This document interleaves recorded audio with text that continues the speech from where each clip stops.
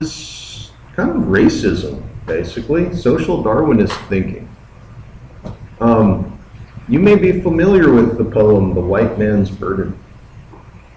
The White Man's Burden is something that came up during European imperialism, and basically it means that it's the white person's job and duty to go out and Christianize the uncivilized, to go out and civilize the heathens, or Christianize the heathens and civilize the uncivilized, you know? Kind of like, you know, and racism plays a part in that. Like, at that point in time, there were many in government and many in America who generally believed white people are here and everybody else is below that. And so those people deserve to be controlled. Those people deserve to be generally, you know, civilized, and even if they don't want to be civilized, right? So racism plays a huge part here. They actually used to have books out back in the 1890s about scientific racism, like scientifically trying to prove that one race is better than the other, which of course is total, you know, bollocks, really. It makes no sense whatsoever. In fact, human beings are completely similar. You guys know that. I hope you know that. Like, there's no difference in you know, skin color is like the only difference, and that has to do with all kinds of biological factors, but underneath everybody's red, you know, basically. Also, going out and Christianizing. There's a lot of missionary interest in going out, and you're like, okay, what's this picture about? Anyways, you can enjoy that picture while I talk about missionary and the missionary impulse. Every textbook will tell you that going out and Christianizing the world is a big part of imperialism, okay? I mean, that's what Jesus said in Matthew chapter 28. You can look it up. I mean, he straight up says it. He says, go out and make disciples of all the nations. I think there were a lot of people back then that were like, let's do that. We're just following whatever Jesus says. Okay, I don't know if Jesus meant going out. My personal opinion is he probably didn't mean go out with your weapons and colonize the rest of the world. To bring, I think it's a little bit different. Just a thought there.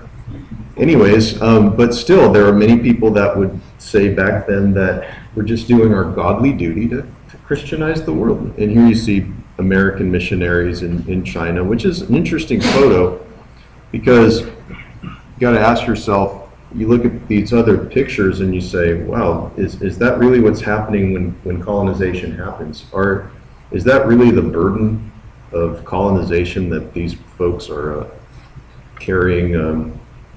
You know, Uncle Sam and the English and all of that. It's an interesting kind of thing. Another reason America wants to get out and colonize and imperialize is because the American frontier is now closed. I mean, there's nothing more to obtain, you know, especially by the Civil War. I mean, there's just nothing else. So once you get to California, once you get to Oregon, Washington, Canada, whatever, there's nothing else. So maybe what we can do is, since the frontier is closed, maybe we can go out and get more land and access to more markets. So the frontier is closed. Let's do a little bit more. Let's go past the frontier.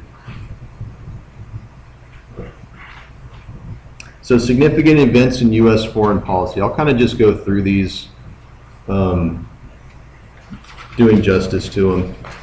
Notice that chapter 19 in the book, only half of it's imperialism, and I think they tried to just basically put it all into one thing, which is not fair, because this, I mean, you could teach a whole class on just this alone.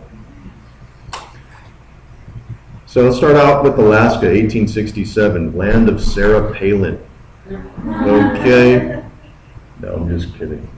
Actually, my wife and I are thinking of going to Alaska with the kids. We think it might actually be almost fun.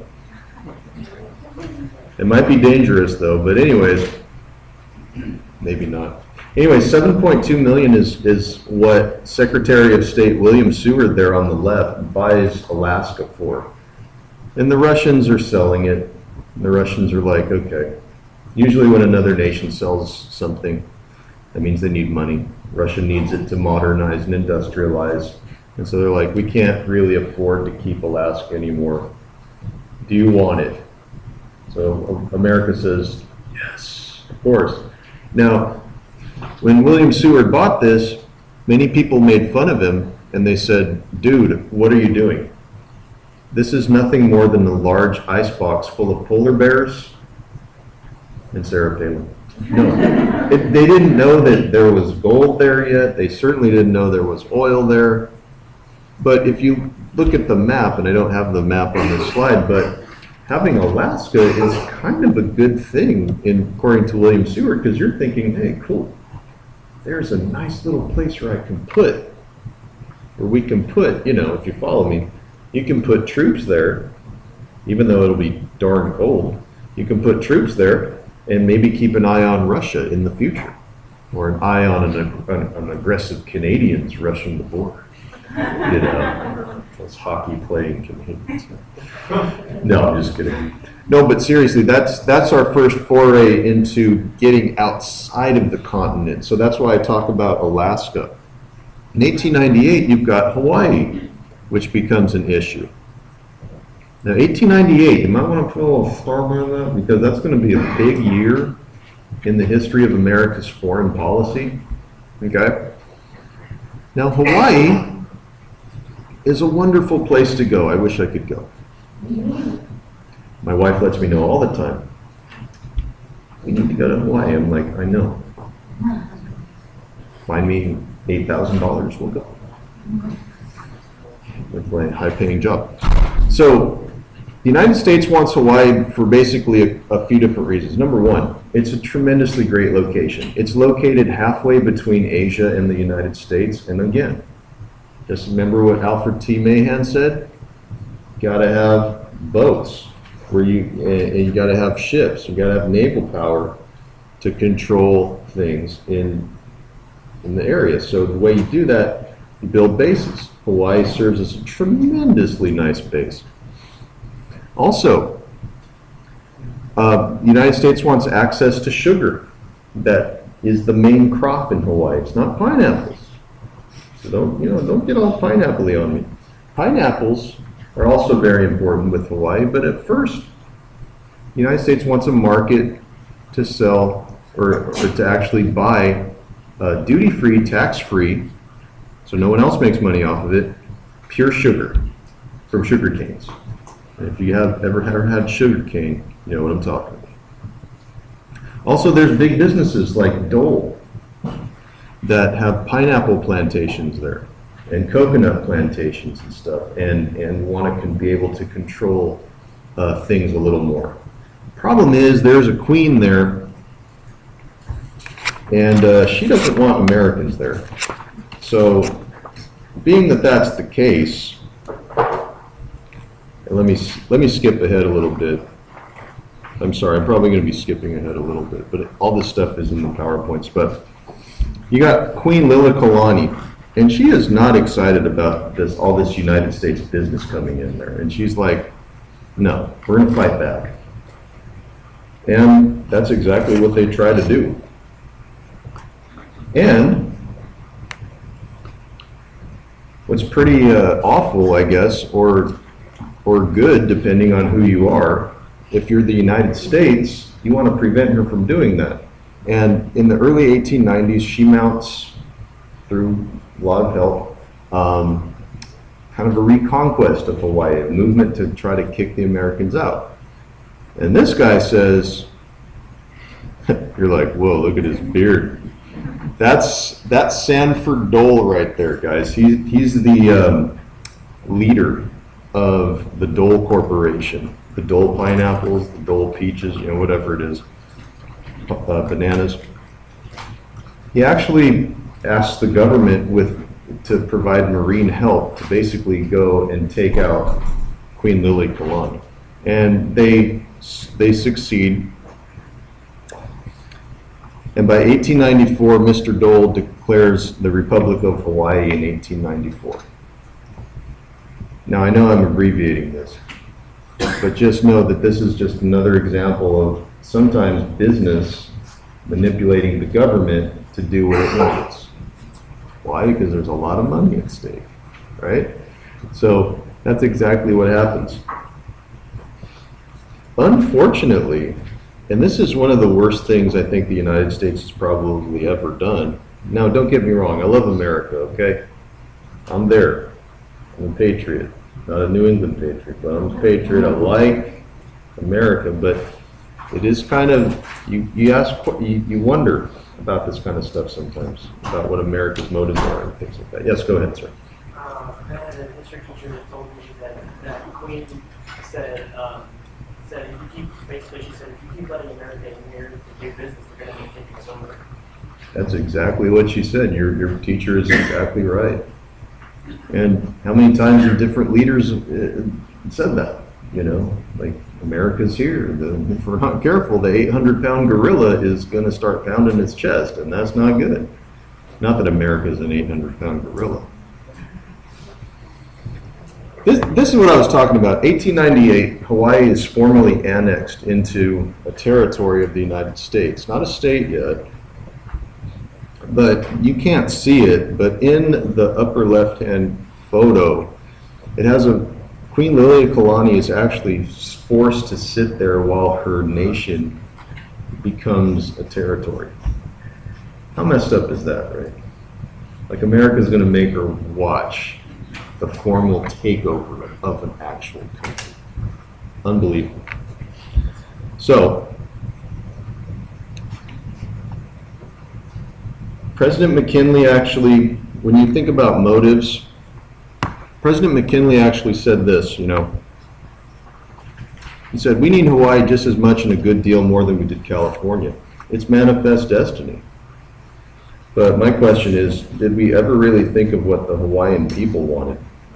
And the answer is no, of course not. We did not have any idea, or any inkling of any idea of what that should be. So, what I'm going to do is I'm going to just briefly talk about the next aspect of what happens here. And this is called the Spanish-American War in 1898. And what I'm going to do, I'm going to outline for you what's happening. Okay, so Cuba, very important country to the United States for a lot of reasons. Cigars, mainly. No. It's a place where there's lots of land. It grows sugarcane really well. It's a place that America wants. In fact, America throughout the 1800s has tried to buy Cuba from the Spanish 3 different times. And Spain's like, no way, man, we're not going to do that. So, guess what happened? 1898. Wonderful opportunity for the United States. And I'm going to make a very long story very short here. But basically, the United States is able, through propaganda and through will, to manipulate Spain into a war through various reasons. And basically fighting a war in which the United States will then receive and basically kick the living stuffing out of Spain. Because Spain is like on its way out, okay? Let's just be honest. Like, they should just have given up long ago. The United States defeats Spain in 1898 in about, less than a month. They get the Philippines, they get Cuba, they get Guam. You're like, where's Guam? Guam's way. They get Puerto Rico, they get all these places, okay? And that's what the United States does. The outcome of the Spanish-American War is basically, in 1898, it's called